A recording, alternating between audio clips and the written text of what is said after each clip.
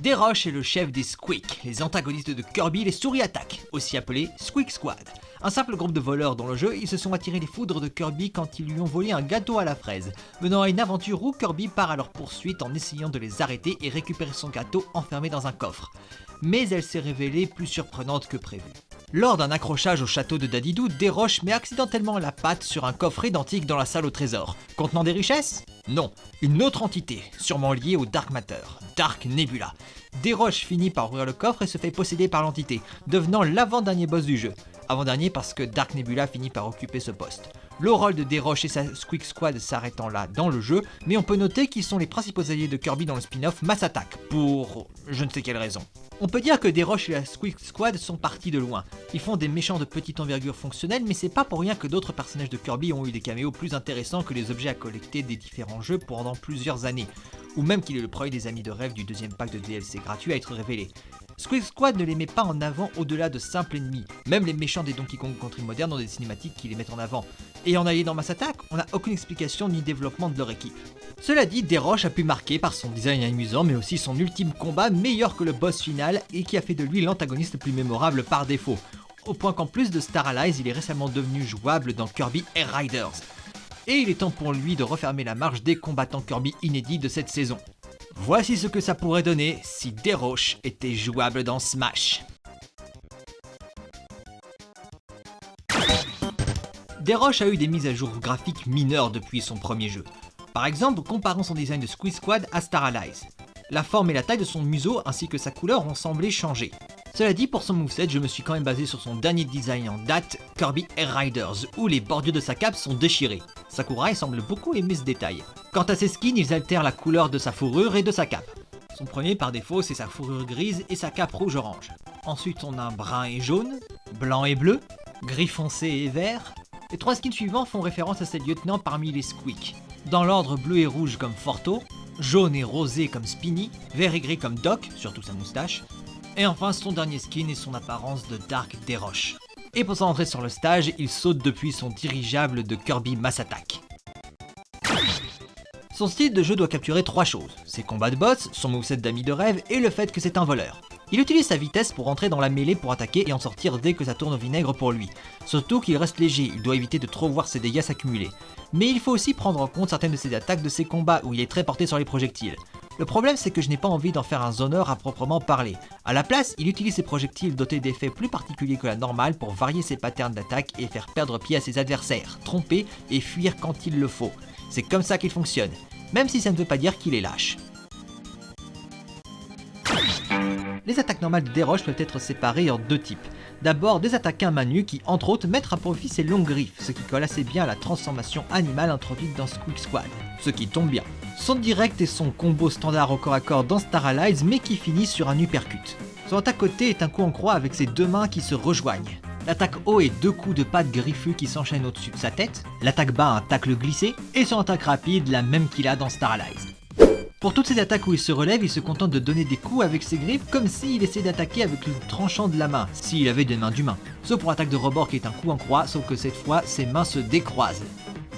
Ces attaques Smash mettent à contribution son deuxième type d'attaque où il utilise une de ses deux baguettes, la bien nommée triple étoile. Devinez ce qu'elle est capable de faire. Cela dit, en attaque Smash, les étoiles n'agiront pas en projectiles. Ici. Pour son attaque Smash côté, il invoque les trois étoiles à bout portant qui forment une flèche. L'attaque Smash haut est un coup en arc tout au-dessus de sa tête où les étoiles se manifestent à trois endroits différents. Et pour l'attaque Smash bas, il fait tourner les trois étoiles autour de lui à même le sol. Pour l'attaque aérienne neutre, il fait un roulé-boulé en brandissant la triple étoile. L'attaque aérienne avant sont deux coups de pied qui s'enchaînent. L'arrière est un coup de pied enchaîné avec un coup de griffe. Là-haut est le même genre de coup de pied retourné que Fox. Et pour l'attaque bas, en ayant cité Kirby Animal tout à l'heure, il reprend une de ses techniques, le plongeon vrillé, un stall and fall en multi-coup qui entraîne les adversaires. Mais ce n'est pas tout, Déroche deviendrait un des rares personnages de Smash à avoir une attaque Smash aérienne. En faisant une attaque Smash côté en l'air, d'un coup en arc de haut en bas avec la triple étoile, il l'utilise comme il a l'habitude, lançant 3 étoiles qui tombent au sol et elles rebondissent contre les parois qu'elles touchent. Mais juste parce qu'il peut la faire ne veut pas dire qu'il y a accès tout le temps. Après l'avoir fait une première fois, l'attaque a un long cooldown avant que Déroche n'ait la capacité de la refaire. Pour garder le cap sur le déroulé du cooldown, il faut regarder son portrait en bas de l'écran, où une icône ressemblant à la baguette et ses projectiles apparaît. Les 3 étoiles sont vides et ils se remplissent avec le temps. Aussi, pas d'inquiétude, ça n'affecte pas ses attaques smash terrestres. Il attrape son adversaire à une main, et pour le pummel, il saute sur lui et il le lacère à coups de griffe, comme une technique de Kirby animal. Pour son lancer avant, il envoie l'adversaire voler d'un dropkick.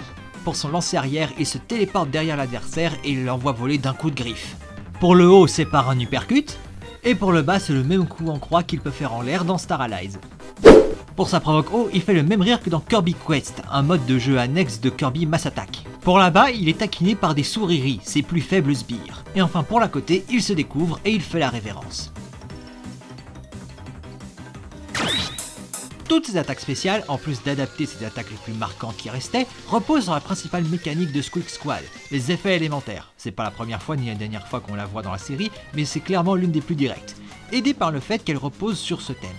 Son attaque spéciale neutre est le rayon de glace. Appuyez sur B et Desroches tire des stalactites de glace à bout portant.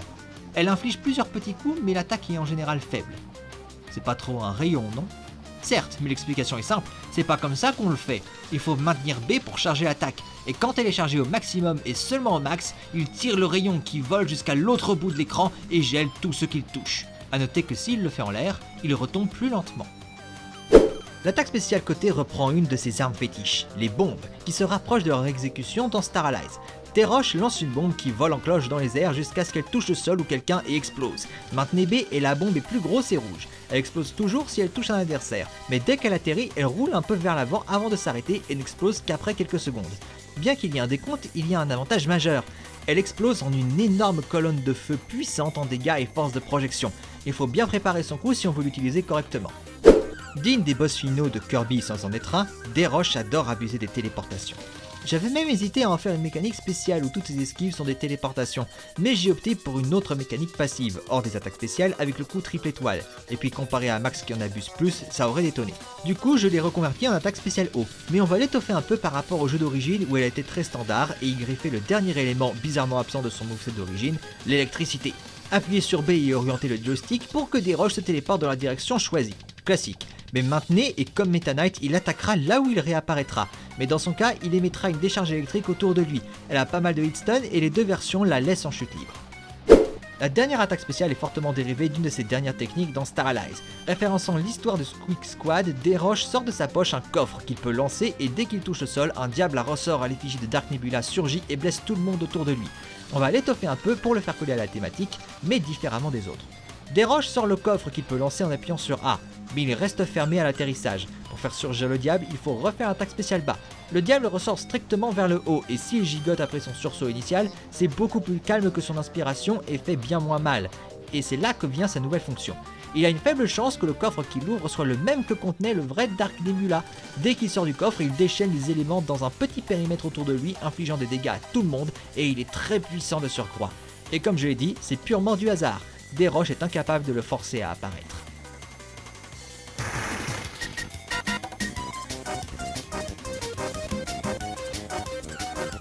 Pour son final smash, Desroches fait comme un autre voleur de smash et fait appel à toute son équipe. C'est un final smash cinématique, chargé par l'énergie de la balle smash, Desroches fonce vers l'avant tout en donnant un coup de griffe et la cinématique se déclenche s'il touche au moins un adversaire. Desroches fait appel à tout son gang et ils attaquent ensemble avant que Desroches ne donne le coup de grâce lui-même. Comme d'habitude, à la fin de la cinématique, les adversaires se font envoyer voler tandis que Desroches reprend le combat normalement.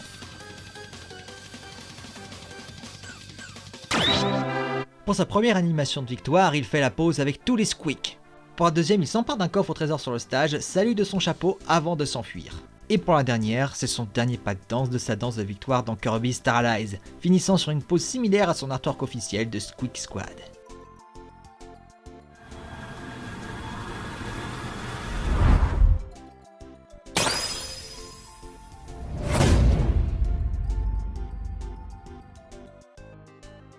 Et voilà ce que pourrait donner Desroches s'il était jouable dans Smash. Un voleur rapide et rusé aux projectiles surprenants qui adore pousser les adversaires à rester concentrés sur ce qu'il fait. Très simple comparé à ceux qui l'ont précédé, mais il en faut bien de temps en temps aussi. Mais c'est aussi sur ce combattant humble que se finit la deuxième fournée des movesets pour les amis de rêve. On va s'arrêter ici pour cette saison, mais je suis excité car les prochaines fois on parlera des personnages modernes et j'ai hâte. Mais pour l'heure on va passer à autre chose. Merci d'avoir regardé cette vidéo. Si elle vous a plu, n'hésitez pas à mettre un like, un commentaire gentil ou une critique constructive à faire, la section commentaires est ouverte. Si mon futur contenu vous intéresse, n'oubliez pas de vous abonner et d'activer la cloche. Vous pouvez aussi me retrouver sur les autres réseaux sociaux affichés à l'écran. Quant à moi, je vous dis à la prochaine!